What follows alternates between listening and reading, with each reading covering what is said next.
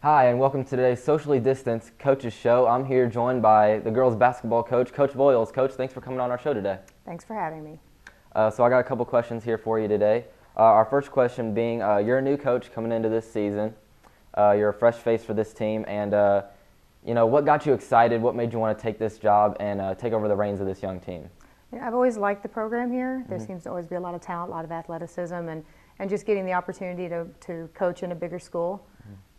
It just sounded like a good challenge, so I decided to take it on.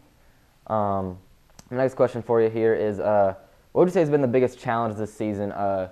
We've had a lot going through this year of uncertainty and stuff like that. So, what's kind of been the biggest challenge with this group this year? I think the biggest challenge is coming into a new program, a new coach, and then losing most of our summer.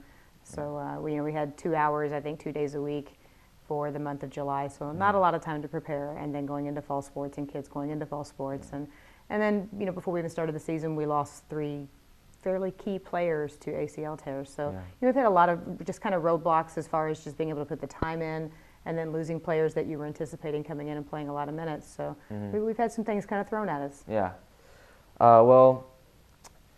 Speaking on that, that kind of season, how's the team been able to manage to stay together through all this? Because we know, once players go out or, practices get canceled and what have you, how do you feel you've managed to keep this team together? And how do you feel the team itself has been able to, kind of stay together and keep it going? I think they've handled it very well. We come in on a day-to-day basis, and we have a game, then we don't have a game, and we had Charlestown postponed 15 minutes before practice was over the day before we played them. So they've handled rolling with that really well, canceling practice, canceling this, bringing things in. No, we're not playing this game tonight, but now we have a new one. We're going to play this one. So let's get together and spend 30 minutes looking at film on this particular team that we're playing tomorrow that we weren't prepared to play. And they've handled, I'm really impressed with how well they've handled the flexibility of things of, we can't do this and we can do this. And I'm going to give the kids a lot of credit there. They've really been very flexible. Yeah. Well, coming into the new year, you came off a 3-game winning streak. How do you hope to maintain the momentum coming into the new year? I think they're really starting to come together and understand what it is we're asking of them, and there's a few things that we're working on specifically and emphasizing in practice, working on blocking out and rebounding, trying to cut down turnovers a little more, learning to attack the rim in a more efficient manner, not throwing up things that don't have a chance of going in, but knowing how to go in and attack intelligently, and they did so much better of that the last 2 or 3 games, and they have a lot of games this next 3 weeks that I feel like are winnable games for them, so they're kind of on a roll in the right direction. Yeah. Well, you've got a lot of strengths to this girls team this year. My personal thing with your team this year, I think you have a really great post game with your team, between Cadence Singleton and Asia Estes. You guys have a very strong post game. So what in your eyes is the biggest strength to this team, if not that? I think that's part of it. I think they both rebound very well. Been working with them a lot to get them to go up more aggressively and into the defense and get to the free throw line. They're really pretty good at going around people, but I need them at the free throw line more, simply just to put other people's players on the bench in foul trouble. So really been working on trying to get them to do that. We do have some really good outside shooters. I think Tatum is averaging about 10 a game right now. She's probably been our most consistent offensive threat.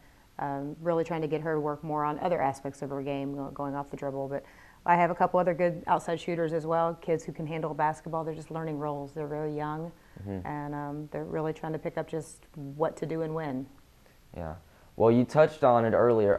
You have some great seniors on this team. How do you think that the seniors this year have done in terms of their leadership role and kind of guiding this younger team? I'll start with Alexis. She went down with an ACL tear at the beginning of the summer. I think we were together maybe a week. I got to watch her play and was real excited about the way she played, and then tore an ACL and she's out for the year. But she has really handled, I think, that situation better than a lot of kids do. She still shows up every day. She's doing her rehab. She's cheering for her team. She's probably the most enthusiastic person over there on the bench cheering them on. Yeah. And you don't always get that when a kid gets injured. A lot of times they walk away, and she has not done that. She's stayed with them. Bailey has done a good job embracing being our best defensive player. She's a very intelligent defensive player. Yeah. Asia's done a good job rebounding and learning how to get up and down the floor and do some things. And even here, she's 3 weeks from the end of her senior year, and she's still real receptive to learning and changing new things because she does plan to go on and play at the next level. Lauren Gillenwater is just an energy spark when she's at practice, when she's in a game, she goes in, she lifts the level of play for everyone. So, and she went on an extended vacation over Christmas break for family reasons, and I missed her at practice because just having her there makes everyone play a little harder. So glad to have her back. So, you know, the seniors, I think they've done a pretty good job of leading when needed. You've got a very young team this year, as I just touched on. What is the most exciting thing about that young team, and do you have any long-term goals for this young team? Well, I think everyone's going to work on ball handling, passing, and rebounding. There's, you know, three areas there, and a lot of that comes down to just footwork and decision making and experience. And you know, I looked up in the Corden game. We're in overtime, and my 5 offensive players on the floor are 4 sophomores and a freshman. And you know, you kind of look out there and go, I hope you make a good decision here on what you're going to do. But we were trading in and out offense to defense. The experience was the defensive end of it, and the offensive end of it was the ball handlers were young. And you know, at long term, you just want them to continue to work on the skills they have, continue to work on the footwork, and I think overall we'll end up with a good class of kids because they do work hard in the off season. Well, my last question here for you, Coach, is heading into the final games of the regular season, how do you hope to maintain, as we talked about, the good play going into sectionals, and what are the key factors that you have going into sectionals to have them play well? I think at this point it's just getting kids to compete. You know, you had a lot of graduation that, you know, a lot of that affected by graduation, all their scoring left in the 3 kids who graduated last year. And Alexis being their next leader going down, I think they spent most of the first part of the year not really sure who was supposed to step up, lead, and just learning how to compete in and out, whether or not you're outmatched by another team or not. Because, you know, you've got Bedford in your sectional, and they are a phenomenal, very experienced team. So going in and just allowing yourself to compete every game, the entire game. And I thought they did that probably better against Sacred Heart this past week than I've seen them do all year. They came out to play. And I think Sacred Heart was a little surprised at how well they competed against them early.